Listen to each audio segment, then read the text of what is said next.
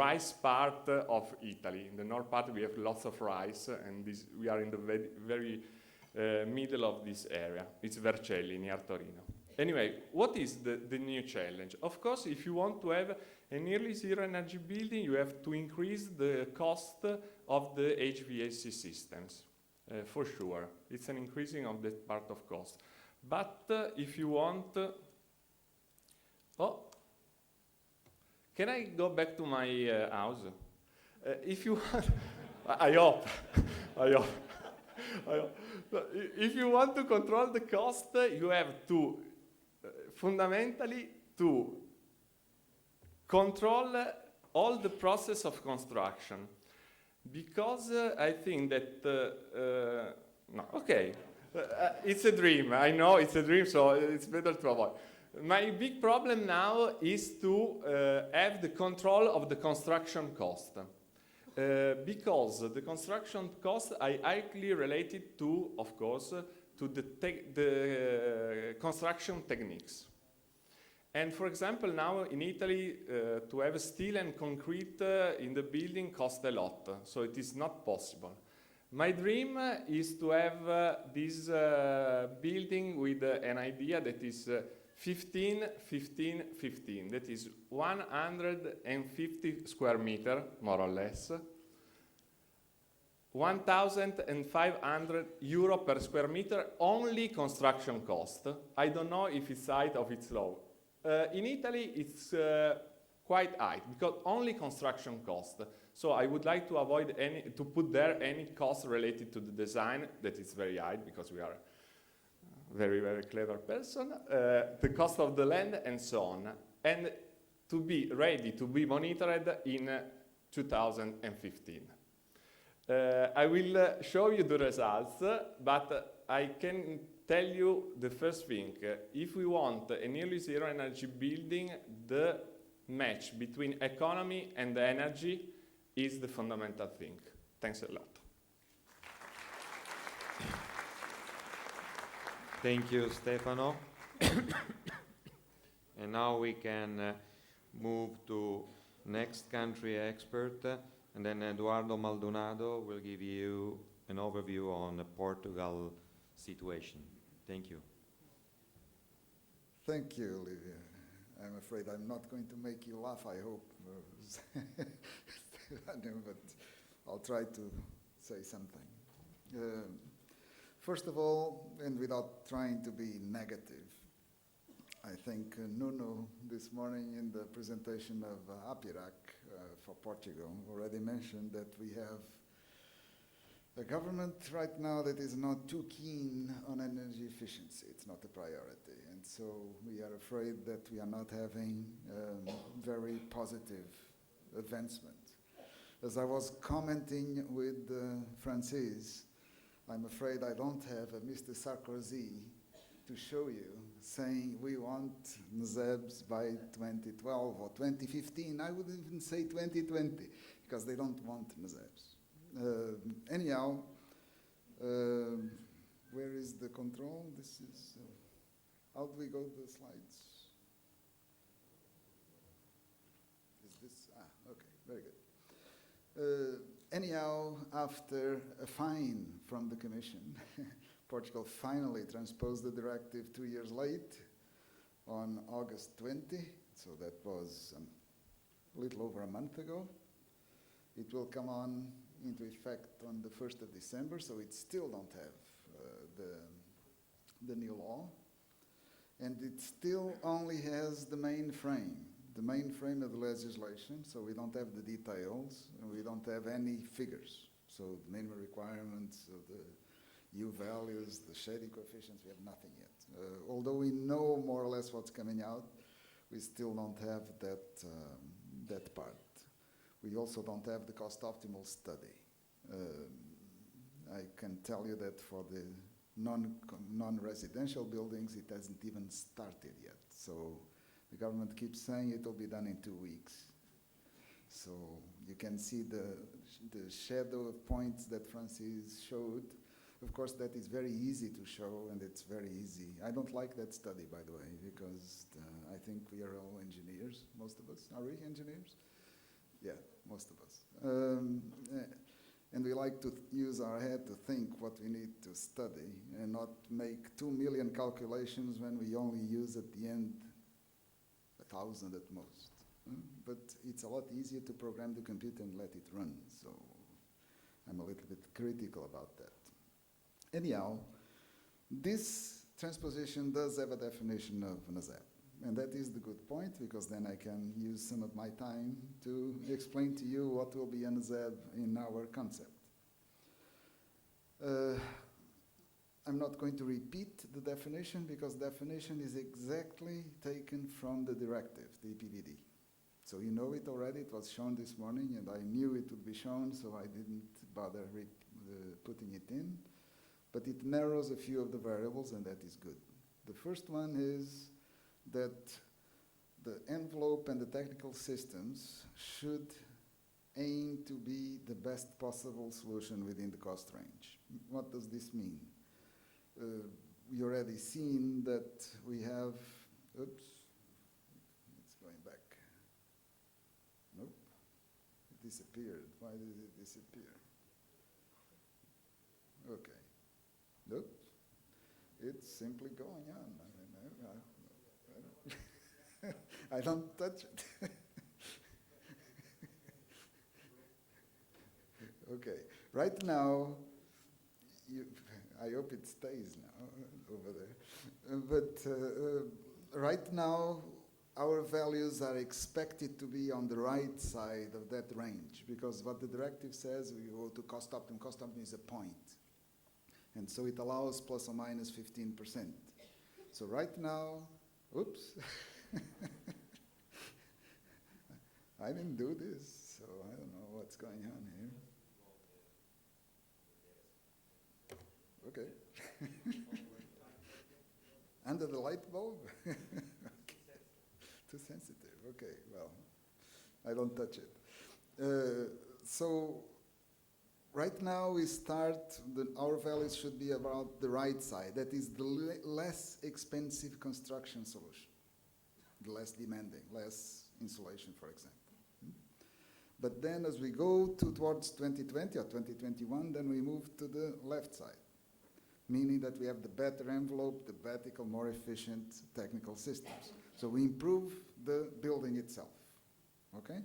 So this is the theory, and should be implemented, because now it's law until the next government comes and says those are all dummies, and we'll go to another concept. That's the usual procedure with our politicians.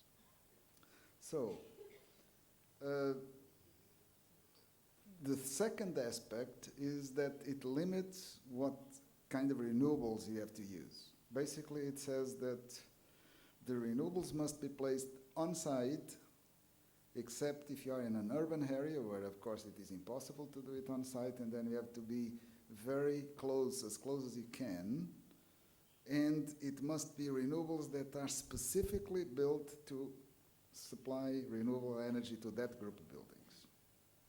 So this brings at least the point, an end of discussion for something that is gone in Europe. In Europe, in the definition that we saw at the beginning, there was a missing word, that the renewable should be on site or nearby. The nearby did not come out, but nearby, what is nearby? And if we go sampling all the definitions that so far have been proposed in Europe, if you go through for example, from the book of the concerted action that Francis mentioned this morning, we see countries that say, okay, it's on the building or very close to the building. Then the nearby expands. For example, the Netherlands says it's 20 kilometers. It's already fixed, 20 kilometers. If it is 20.1, it's already out. And for example, if you go to Norway and UK, it means the world. You can buy solar electricity from the Sahara Desert, bring it in, and it's a renewable allowed nearby. So you can play with words. Okay, for us, this means that this level is out, and you can just do it on site or close by. Now, what is being discussed is something, I think Stefano must have seen my presentation before, because I'm going to talk about the same issues. We are discussing the balance between heating and cooling needs.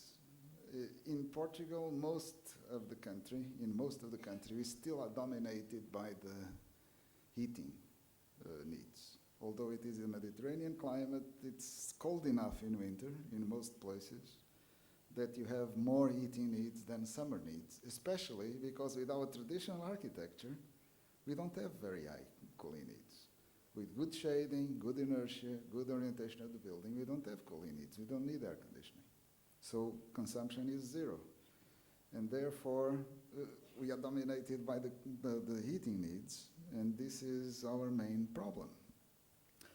Of course, if you look at the numbers and see the 3 climatic zones, the lowest one, you have 60 kilowatt hours per square meter per year.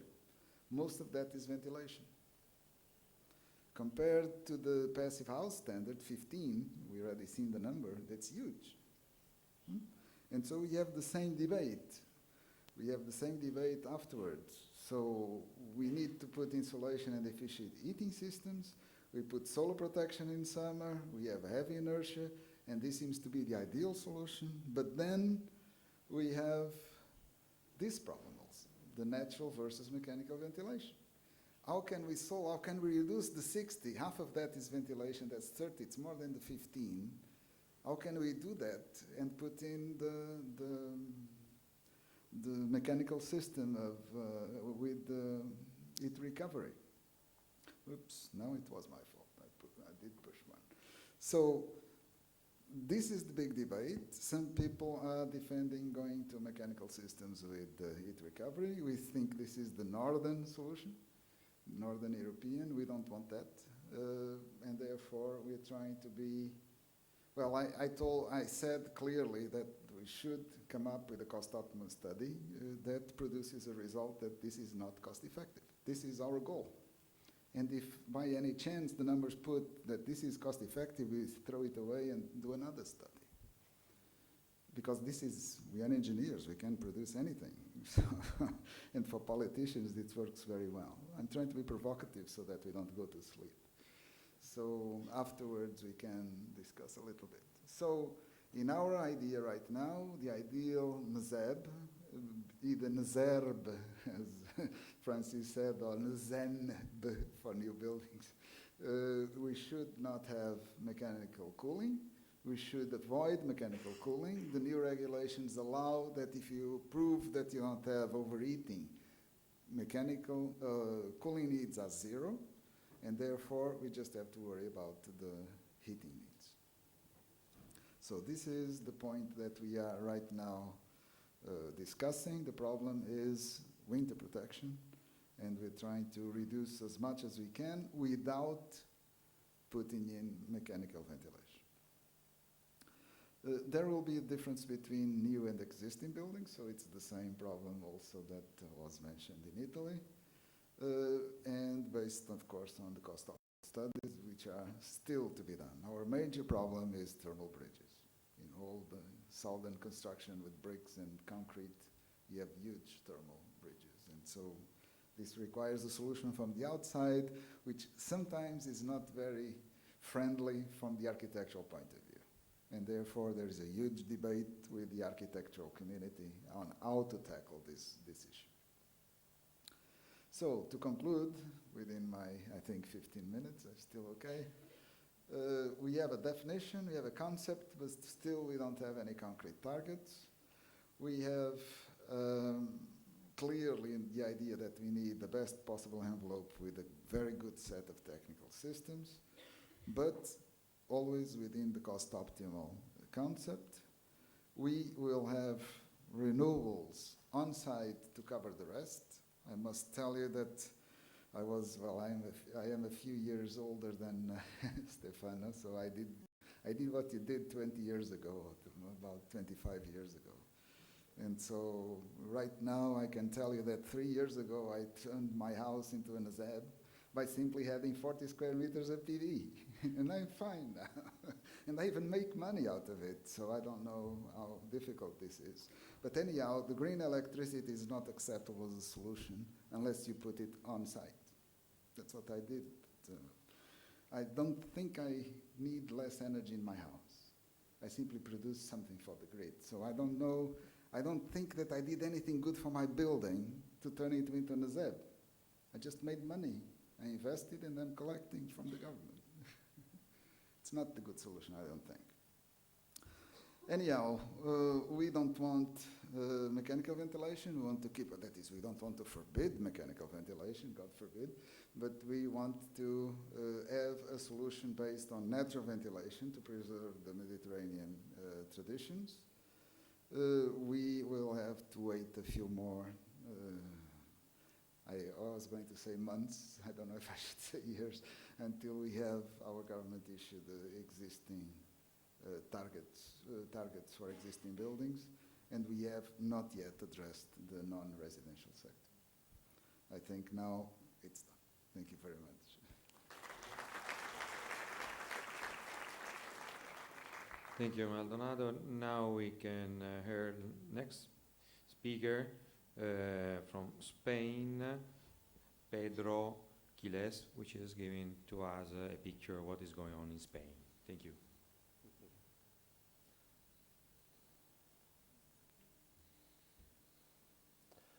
Okay.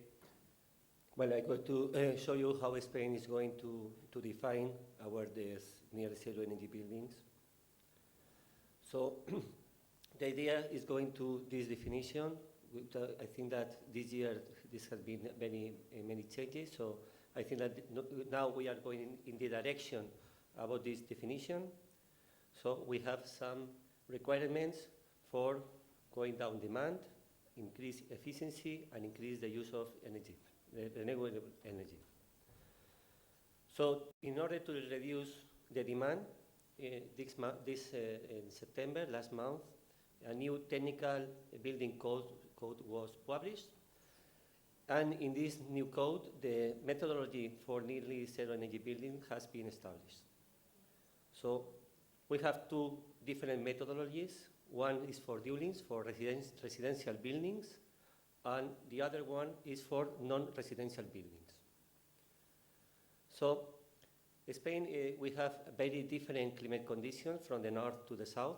So there have been defined different climate zones in winter and in summer. So in winter zones, we define alpha zone, which is Canarian Islands, A, which is the south, the B, C, D, Madrid, for example, is D, and the most cool place, which is E. These are the climatic zones for winter. And for cooling, we have 4 in the south, we have 3, 2, and 1. So every location, every city, every zone, you know what's your climate conditions, your climate zone for winter and for summer.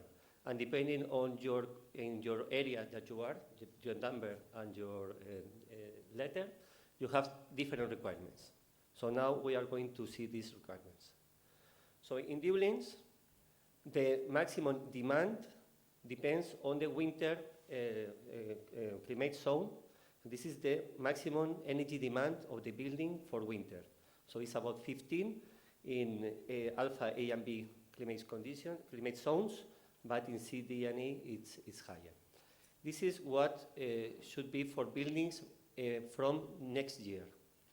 So these figures, these numbers, probably alpha A and B will keep from 1220, but some of these figures could change, could be modified. In summer, we have also the maximum energy demand of the building depending on the climatic zone in summer climatic zone. I mean that these values could be reduced. We have also in dwellings some limitations on thermal transmission of walls, roofs, and also windows, the maximum values that you may have. And this also could be reduced. how can we calculate this demand? So the method, or it's a simulation program. It's an hourly method, transient simulation, that you have to put the whole building geometry and its orientation. It has to take into account radiation, thermal breach, and also ventilation. So we have two programs for dwellings, new dwellings, which is calendar BIP, and Therma, that was a program developed by the ATECYR technical committee. So with these programs, you can calculate the demand, and you have to verify that the demand is lower than the values, the limiting values you have. In non-residential buildings, the method is completely different, because you have to compare with a reference building. So you build up your building, the geometry can be something like this, but I'm talking about buildings like hotels, hospitals, office buildings, all non-residential. So you build up your building with your geometry and your specification about the windows and everything. And the program makes also another building.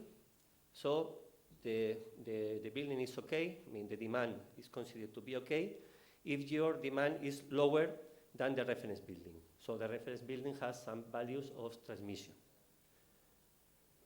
These values, of course, could be reduced.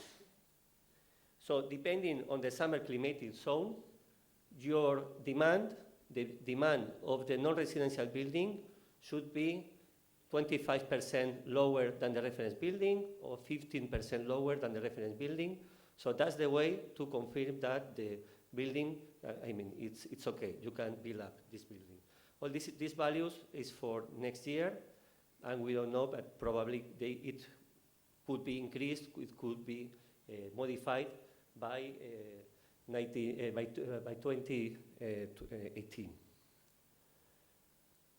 Well, the other points is efficiency, how to increase efficiency. So we have a regulation of thermal installation in buildings, which has been also modified in July, very recently. So first of all, we have this regulation of the thermal of our installation have three parts. The first part is comfort and healthy. So the buildings has to have temperature, humidity, comfort according to ISO 7730, and ventilation, and also not only ventilation, flow rates of ventilation, but also filtering should be according this norm 13779. I think that we are the only country, European country, that is applying this norm, because manufacturers have to build up this machine, these air units for us, because we ask for very strong filtering, but what we just do is applying this European norm, but it seems that we are the only country that has applied. We also have this some energy efficiency, that I'm going to show you, some energy efficiency regulation and also safety regulation. So for efficiency, the code, they give you some specifications, but you can also, all the specifications, you can calculate the non-renewable primary energy and CO2 emissions, and you can propose the solution you want.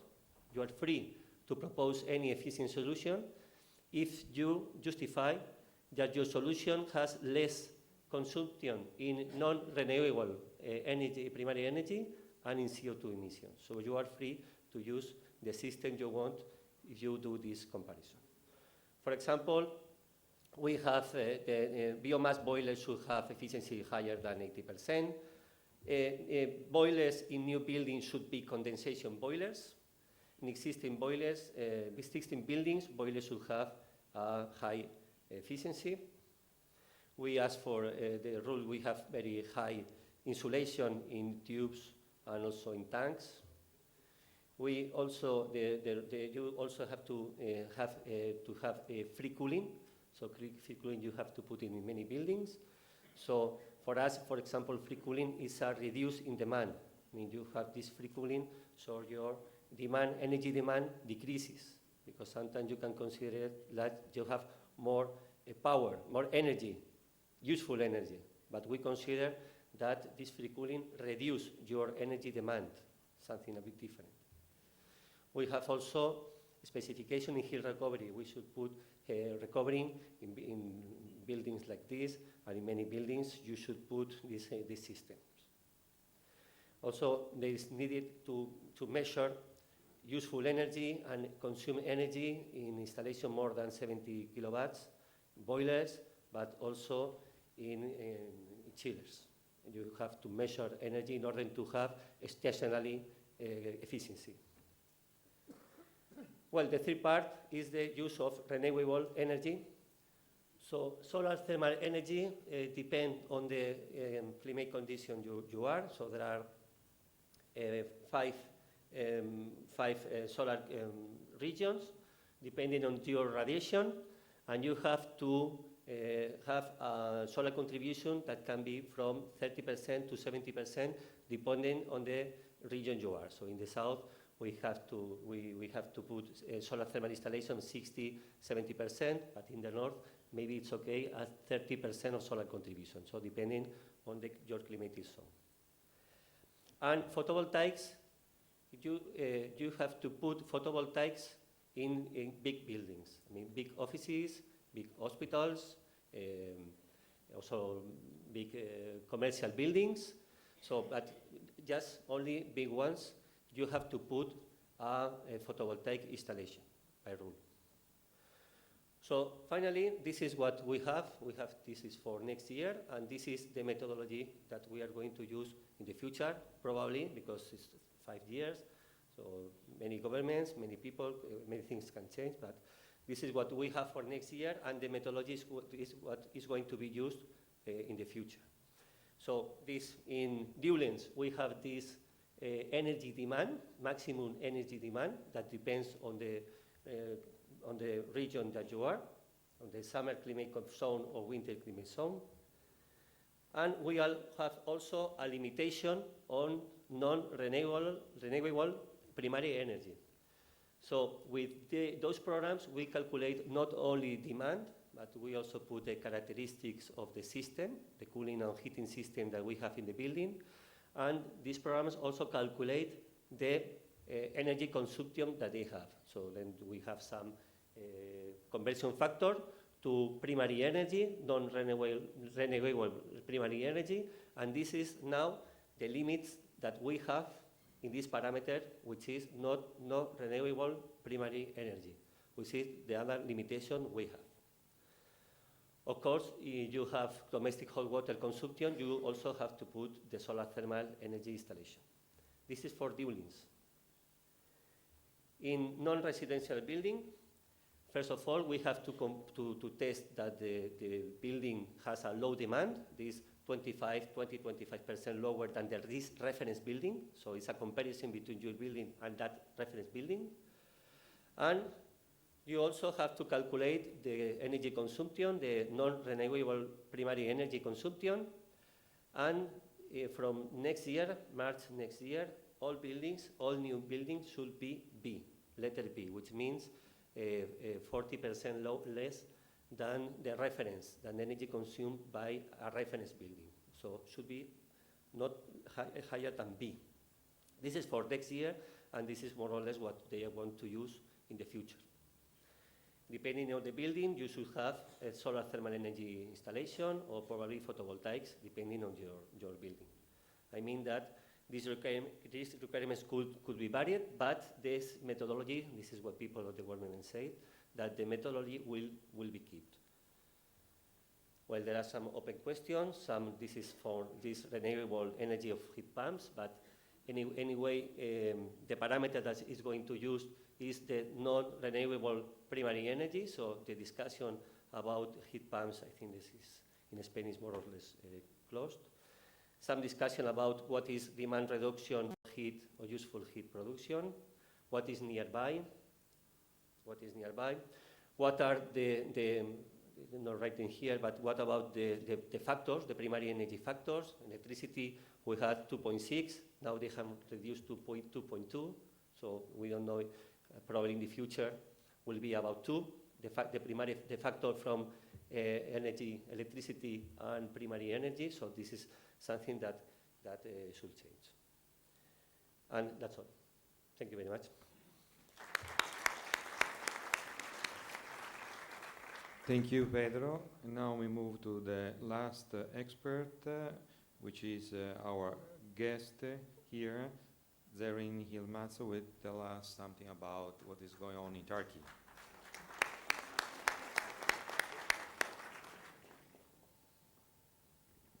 Okay, good afternoon.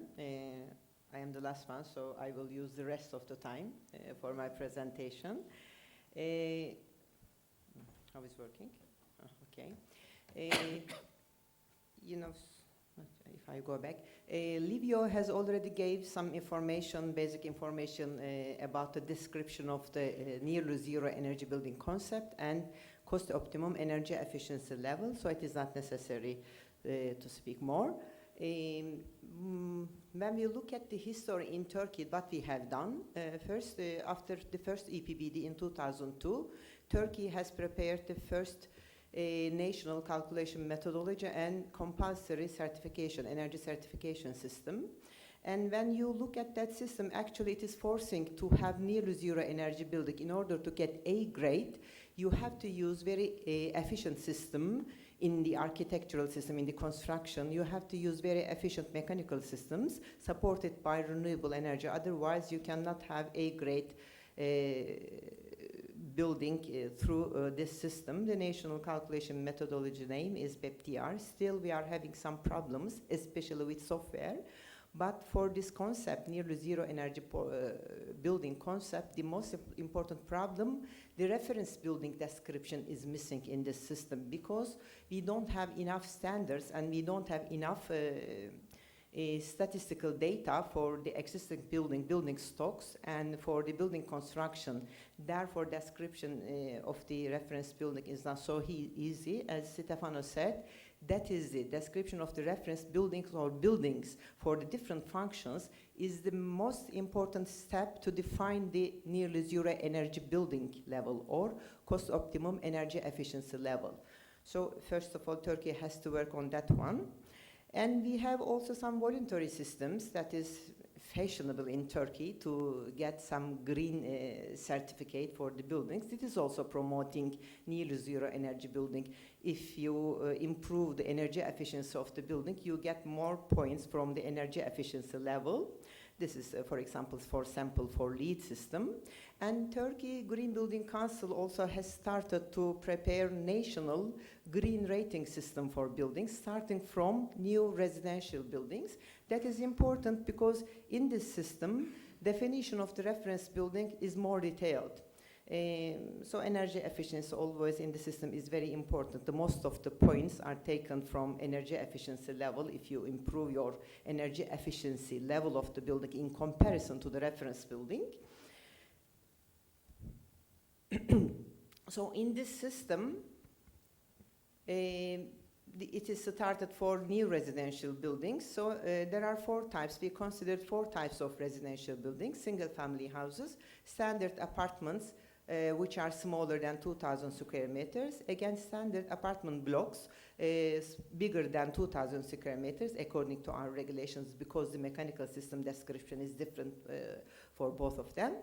And then we have different kinds of residences which are having more functions inside. Those are complex buildings. We call them as residence. It's a stupid name, but those are luxury residences. So mechanical systems are different. They are having mostly central mechanical systems. Therefore, definition of the reference building is different for them. So now, at least in the system, we have more detailed description for the reference buildings. And if you consider the luxury residences, they have shopping area, offices, sports area, restaurants, and so on, different functions. So more or less, you can consider them non-residential buildings, commercial buildings. So more or less, we have a good base to define the reference buildings for residences and non-residential buildings, at least in this system. And also, if we look at the system, you can get the points through the energy efficiency improvement. Energy efficiency improvement is the weighted average of the energy efficiency improvement in the architectural system, that is defining the energy demand, and improvement in the mechanical system, that is defining the consumption of the building, and improvement in the carbon dioxide emission, that is the function of renewable energy support for the building. So the three of them, renewable energy support, architectural system improvement, and mechanical system improvement, are taken into account. And when we go to new EPBD, recasted EPBD 2010, cost optimum energy efficiency and near zero energy building, there is no any real action from the government body, but there are some studies by non-government bodies and some academic studies. When we look at the EPBD framework methodology for cost optimum energy efficiency level description, the first step and the most important step, and that is very important for Turkey because of the lacking of the standards, definition of reference building, identification of energy efficiency measures, and you can define hundreds of energy efficiency improvement packages through some energy efficiency improvement actions.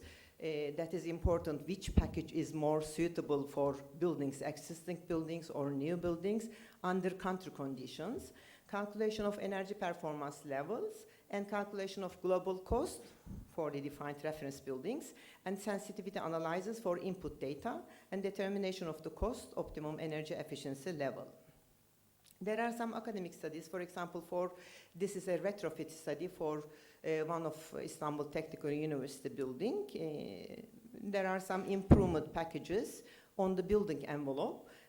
For the investment cost, it is only the construction cost of the retrofit. When we look at the results, some solutions are cost effective if you look at the global cost for 30 years or 50 years. But it is not what we have to consider other parameters for the country. That is another study for the retrofit of an office building. There are some retrofit packages here on the base of the building, baseline of the building, that is the reference building, which is more or less providing to Turkish standards.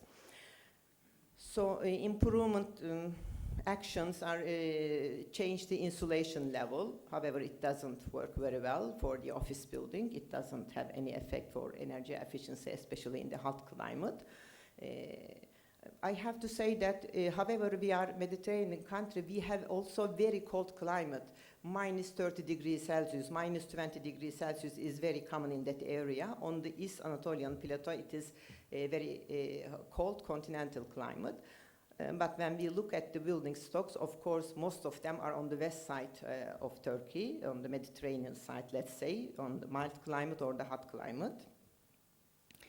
When we look at this, if we follow the calculation methodology which is described in the regulation of the EPBD, if you make the calculation for the given years, given life cycle of the building construction, which is 30 years for residential buildings and 20 years for commercial buildings, you cannot find cost optimum level through those I have shown before this slide.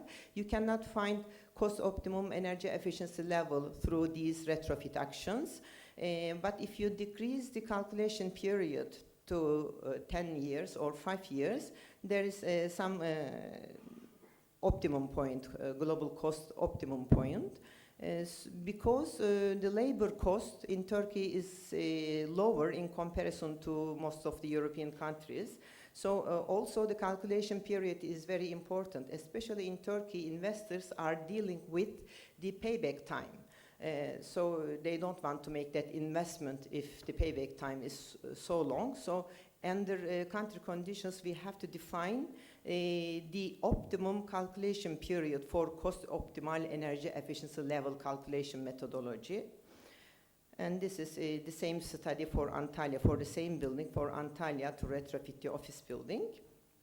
And in this area, to define the cost optimum energy efficiency level, recently a national research study started, supported by National Research Technical and Scientific Research Council of Turkey, TÜBİTAK. And main stages of research, we will start soon. Determination of Turkish reference buildings, establishment of reference building database, calculation of energy performance levels of reference buildings, the development of national method for cost optimum energy efficiency level, considering the market conditions and economic conditions also, not only for energy efficiency. And first, of course, we are starting with the residential buildings, again the same type, single family house, standard apartments and luxury apartments. And they, of course, those are the main categories of the residential buildings. There are subcategories according to age, building use, building function, physical and thermophysical properties, building systems, and user profile. Especially for the user profile, we don't have that much information. We took case study area is Istanbul area, because here we can find every kind of construction types, and also on the other hand, we can find every kind of social groups. They have different demands depending on their economy. So Turkish reference building database will consist of reference building categories of existing buildings and new buildings, definition of reference buildings, general physical and thermophysical and system properties together with. There will be a good database if it is finished. Energy performance levels of each reference building and carbon dioxide emission levels. And that is the main steps again, according to climate legislation, financial values, market conditions, strategic plans and targets of Turkey. That is defining national factors. Cost optimality calculation methodology, a frame of the methodology will be developed, and at the end of this methodology, I hope and it can be implemented to the standard of Turkey by the government. And the last slide is, can we achieve the zero energy building goal? That is one sample from Istanbul. That is plus energy building. Of course, the construction cost is much more in comparison to a standard building, but the most of the construction cost is going to the geometry, because that is a demonstration building. Investor wanted to have different kind of geometry, so it is the construction cost is going to geometry, the shape of the building. And this building is having thermal solar panels and photovoltaics and producing electricity, and in 1 year it has used only 40% of the electricity produced by the system, because it has efficient mechanical systems, which is working with harmony with the renewable systems. So the rest of the energy is going to the office buildings of the company. Now, but there are so many people would like to live in these kinds of buildings. Because there is no any mechanical system noise. So they will make feasible, affordable 10 houses with the same concept. So I think it is possible, because we have so many rich people, because apartment blocks, apartment units are very expensive. We cannot understand why. So everybody can afford it, I think. So it is possible. So thank you very much for your patience. Thank you for your presentation. And now, before to try to proceed with a common discussion, I would like to summarize what we have seen till now and to give some more ideas on which we can discuss. Could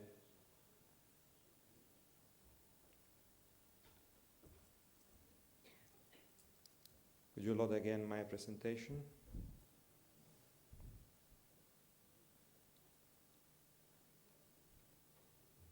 Thank you.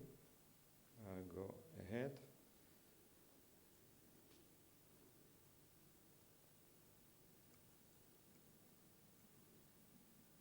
Okay. Here is a short summary of what at least I have got from the presentation.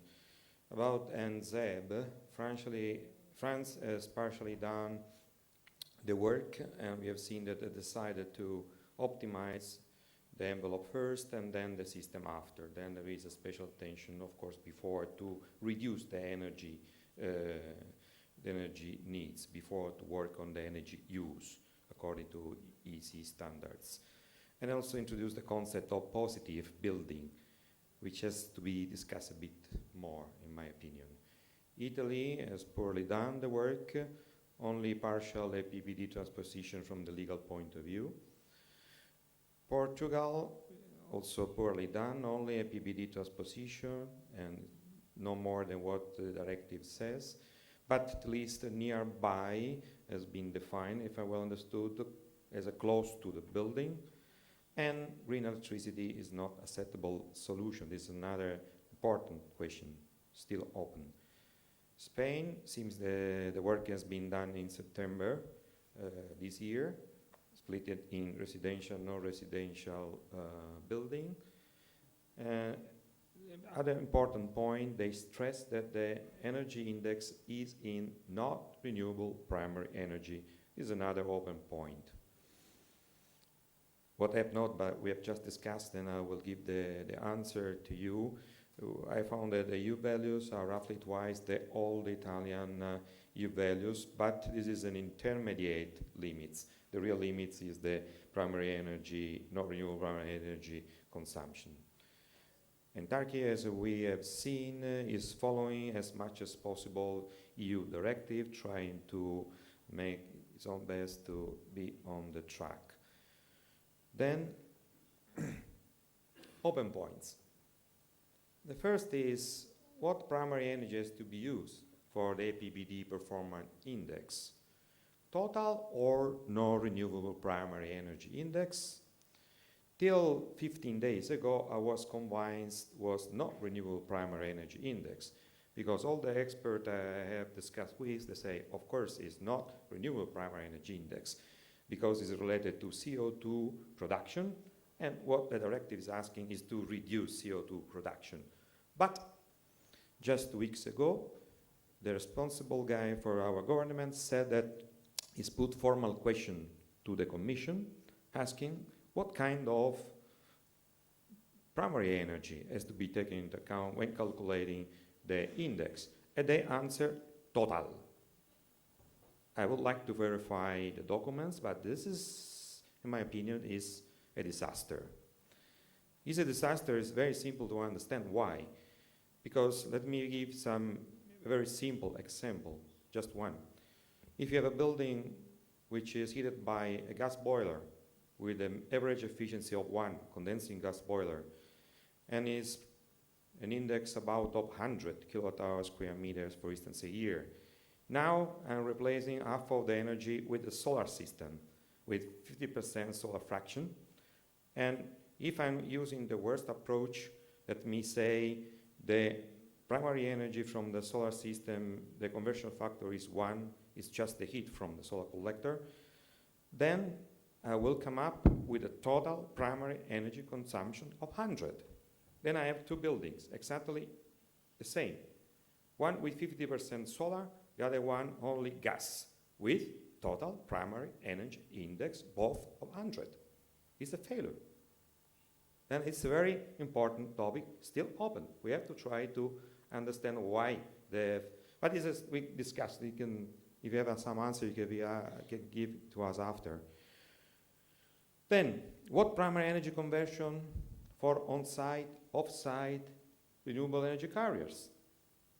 Different? Equal? That's another question.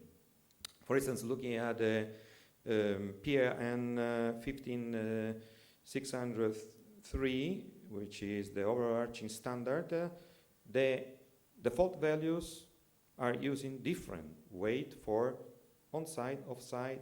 It's unclear. What about the positive building, as presented by France? Is really fitting the APBD requirements?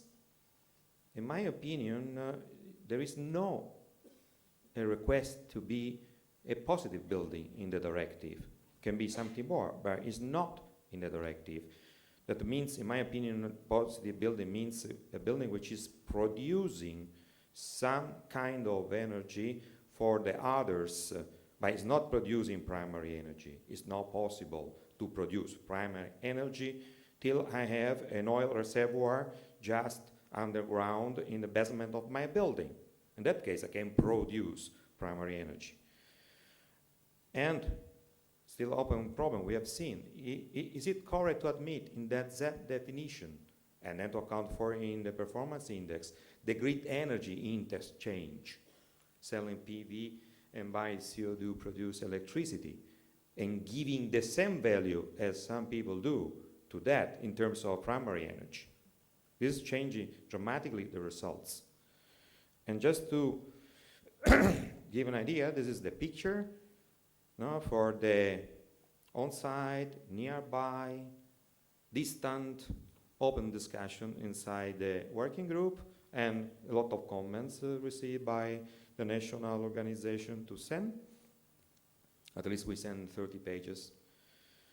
And other points.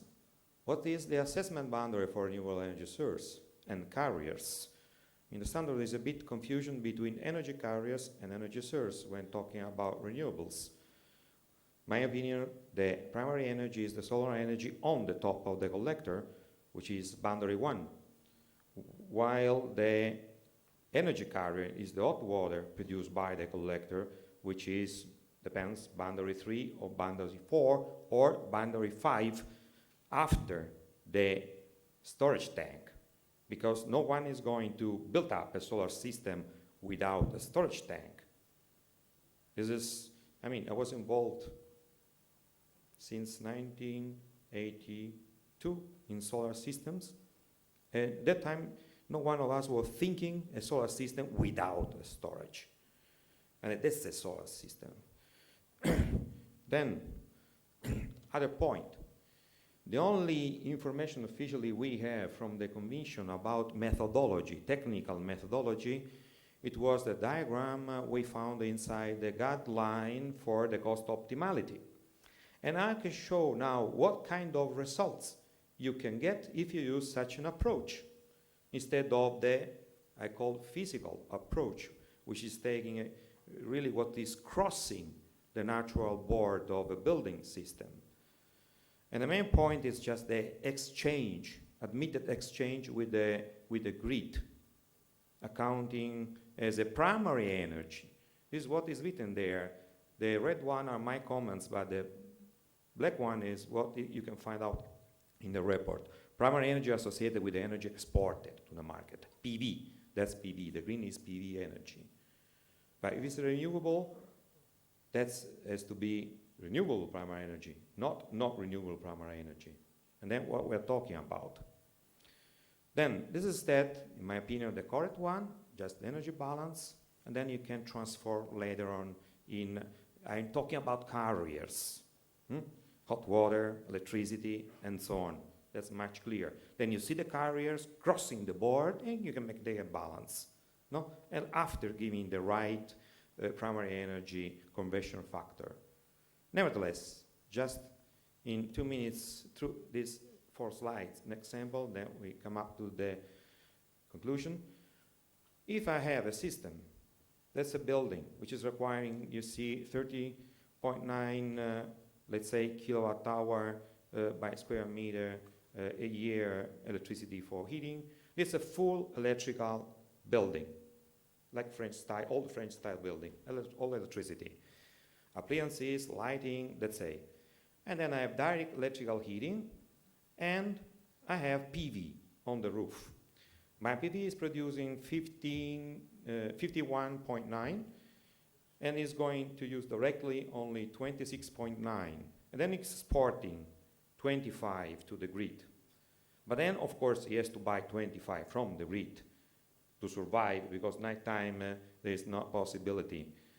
Now, if I'm following the approach proposed by those people, say that what I'm going to export as the same conversion factor in primary energy from PV as the electricity from the grid, you can see primary energy balance 2.5 as a conversion factor. The result is 0. That's the so-called net energy building, okay? Net zero energy building. With a balance, I have 0.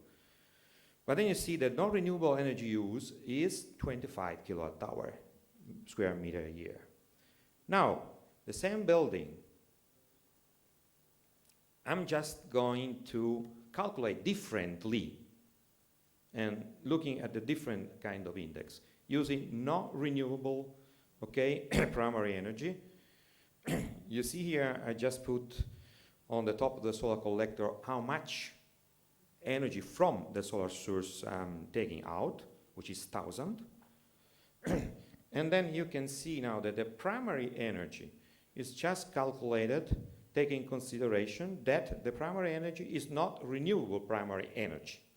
Then I have 2.5 for the electricity from the grid, 1,000 from the renewable energy, but the factor is 0 because it's not renewable primary energy content. Is it 0?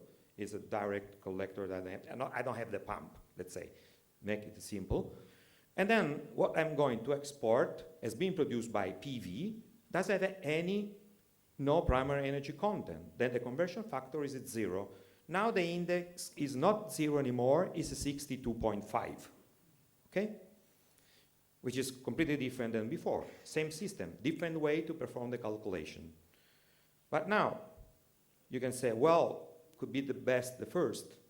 Well, just to understand, I have the same building, but now the building is heated with a heat pump.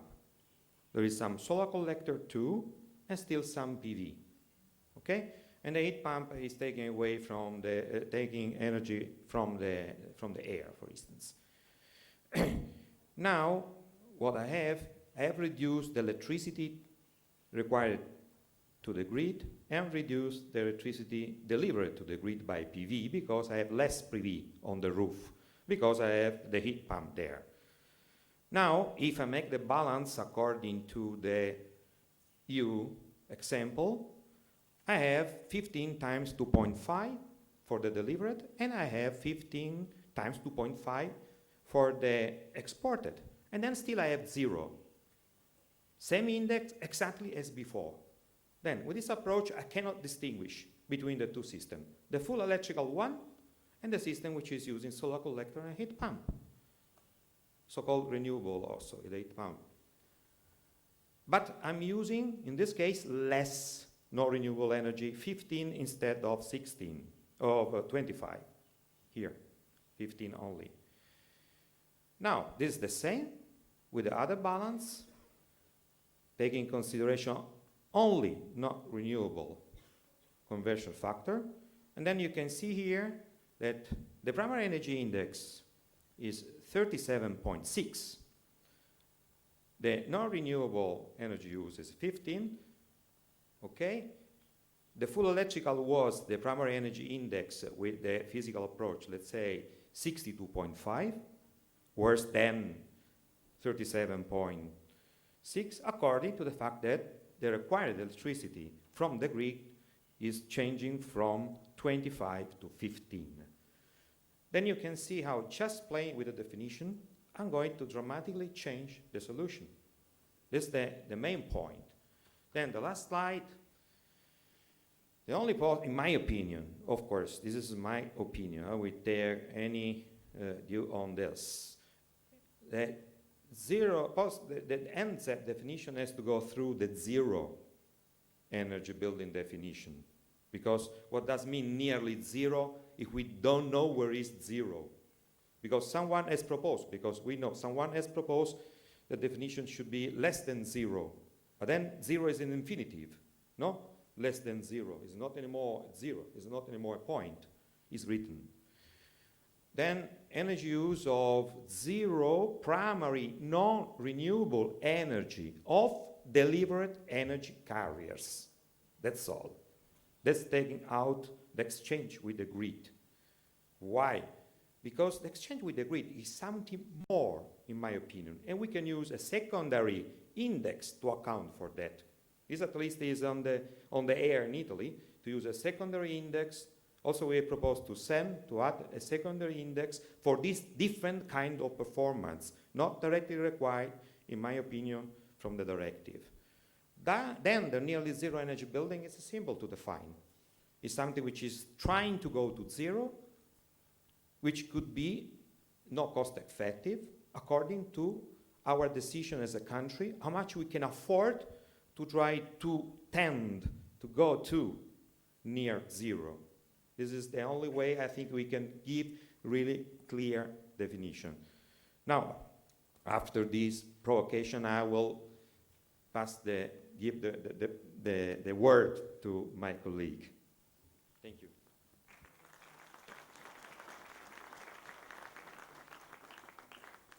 Then, Francis, I think you would like to say something. I think we have to open the discussion maybe with the colleagues in the room. Well, I agree with you. The definition is quite difficult, and maybe we should define, because the problem is the definition of primary energy. So as you said, maybe we should separate, let's say, the fossil primary energy, and then it's becoming more and more clear. Excuse me. I think we should split it. If we discuss about, because the main goal of primary energy was, in fact, to limit also the greenhouse gas emission. Okay, so maybe if we specified in the definition, but I agree with you. Each time you change the definition, you will change the evaluation procedure. Okay, and the results. But the results, in fact, it's not the more important thing. The more important is the methodology. And so if we just specify, let's say, fossil primary energy, it's more clear in my at least for me. And then you may discuss the primary renewable and or the energy transferred by energy carrier and so on. But at the very beginning, maybe we need this elementary definition. And for the positive building definition I gave for France, in fact, as you have seen, it's only improving, first of all, the performance of the building itself. Then you evaluate the potential of renewable due to the site, the location, the type of building, and so on. And then when you have the total system, you can evaluate the gap between the real system defined, in fact, and the potential for renewable. So it's not, how can I say, it's not scaling the building in the negative side, if you want. It's a different approach, just to clarify.